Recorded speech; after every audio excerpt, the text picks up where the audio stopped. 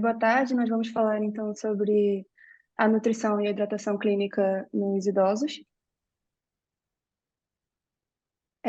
Só para introduzir então o tema, é importante nós termos a noção de que as pessoas com mais de 65 anos ou mais, na verdade, têm um risco aumentado de malnutrição e de desidratação.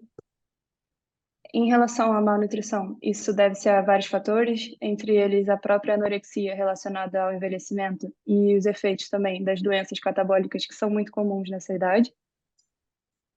E junto, então, com a malnutrição, existem vários malefícios à saúde. Por exemplo, o aumento das taxas das infecções, o aumento de tempo de internamento hospitalar, o aumento do tempo da recuperação após uma doença aguda e o aumento do risco da mortalidade. Também a sarcopenia e o processo de fragilidade estão muito relacionados com essa malnutrição. A obesidade e o excesso de peso é também um grande problema em todas as faixas etárias hoje em dia e, portanto, também é um problema que atinge os idosos. Além desses riscos de malnutrição, também existe um grande risco de desidratação, que também está relacionado a diversos fatores e está relacionado também a graves consequências para a saúde. Então, para iniciar, a orientação para a ingestão nutricional é preciso ter em conta os valores orientadores nos idosos. Entre eles, a orientação energética é de 30 quilocalorias por grama por dia. Proteínas devem ser dadas pelo menos 1 grama de proteína por quilocaloria dia. E esses valores têm que ser ajustados individualmente em relação ao estado nutricional do doente, o nível da atividade física, o estado da doença e a própria tolerância também da pessoa. Os micronutrientes devem ser fornecidos conforme são fornecidos também para adultos e os idosos saudáveis, então não existe nada que seja muito diferente disso. E os líquidos, 1,6 litros por dia para as mulheres idosas e pelo menos 2 por dia para os homens idosos. É claro que ao menos que haja uma condição clínica que exija uma abordagem diferente.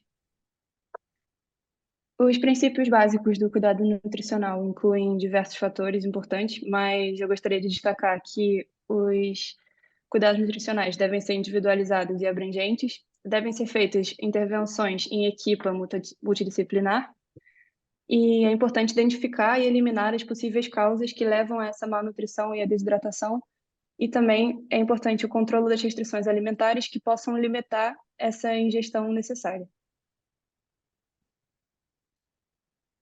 A prevenção e o tratamento da malnutrição incluem o rastreio e avaliação, e é importante que todas as pessoas idosas sejam submetidas a esse rastreio nutricional de rotina, e ele vai ser seguido de uma avaliação sistemática, uma intervenção que seja individualizada e uma monitoração correspondente às intervenções. As intervenções de apoio, então, existem diversas estratégias para que a gente possa aumentar essa ingestão nutricional, e entre elas é importante criar um ambiente de refeições agradável e acolhedor. Por exemplo, pode ser por meio de refeições partilhadas com outras pessoas, tudo isso para estimular a ingestão alimentar necessária.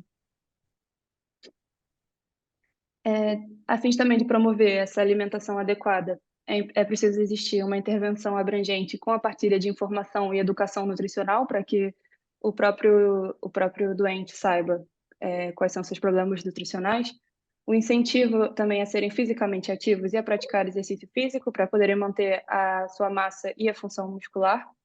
E durante os períodos de intervenções de exercício, devem ser fornecidas também quantidades adequadas de energia e proteínas. O aconselhamento nutricional e a modificação alimentar podem ser feitos em sessões individuais ou em grupo, e é importante que inclua alimentos fortificados e lanches adicionais para facilitar a ingestão alimentar, e também alimentos em textura modificada nos casos dos idosos que tenham disfagia orofaríngea ou qualquer outro problema de mastigação, para facilitar também essa ingestão. Agora, nesta faixa etária, é importante falarmos dos suplementos nutricionais orais que estão indicados às pessoas idosas com risco de risco de malnutrição ou com malnutrição, com condições crónicas, para atingir as suas metas nutricionais quando o aconselhamento dietético não é suficiente.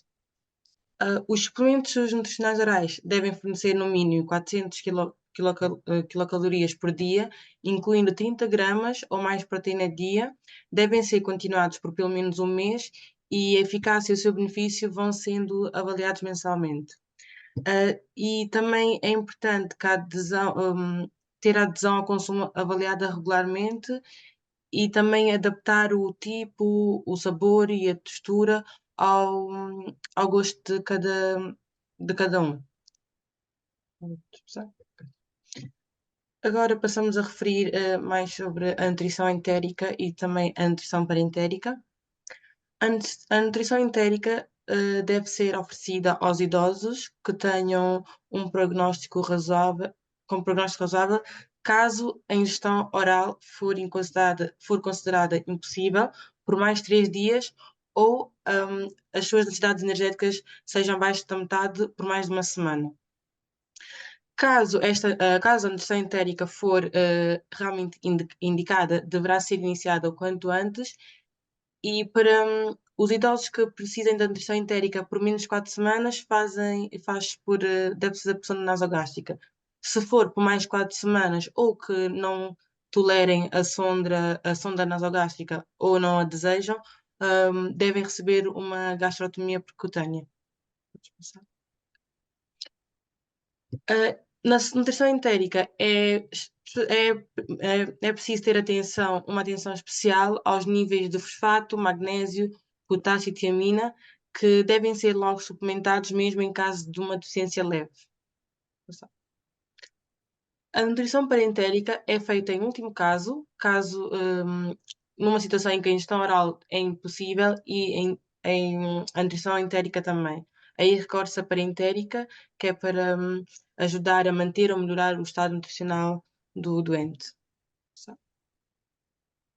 Vamos agora passar para situações mais específicas. Neste caso, temos uma situação de fratura trocantérica. Nesta situação, deve haver uma equipa multidimensional e multidisciplinar adaptada a cada doente para garantir uma ingestão alimentar adequada e melhorar os resultados clínicos. No pós-operatório dos doentes que foram submetidos a este tipo de cirurgia,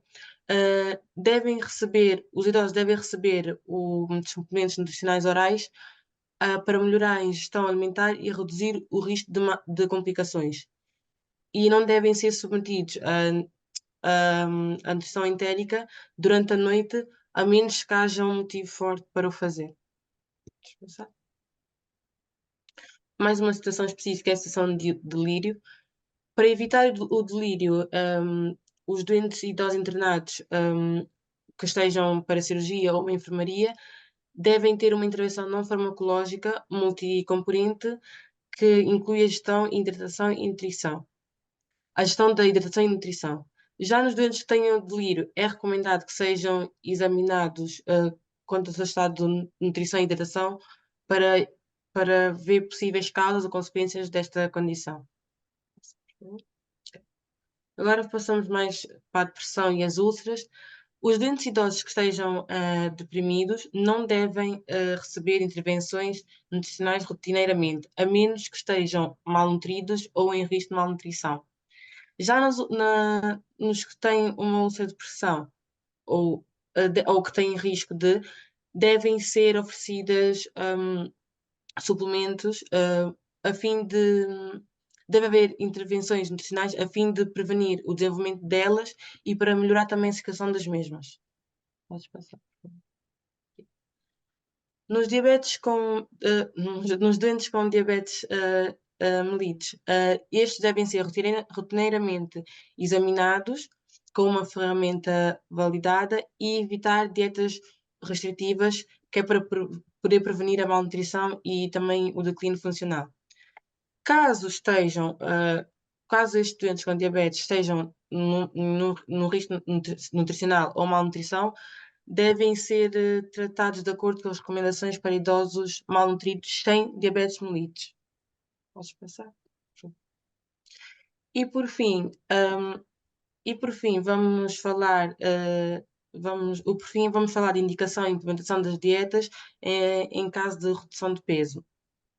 Em idosos com excesso de peso, devem ser evitadas, essas dietas para que não haja a perda de massa muscular e consequentemente, o declínio funcional. Já os que têm obesidade, podem ser consideradas essas dietas, mas com cuidado e também ser avaliado de forma individual para cada paciente, para avaliar os benefícios e os riscos. Como é que é implementada? Nos casos em que vai-se aplicar essas dietas, a restrição deve ser moderada para termos uma redução lenta de peso e preservar a massa muscular. E também deve ser combinada com exercício sempre que possível. Obrigada.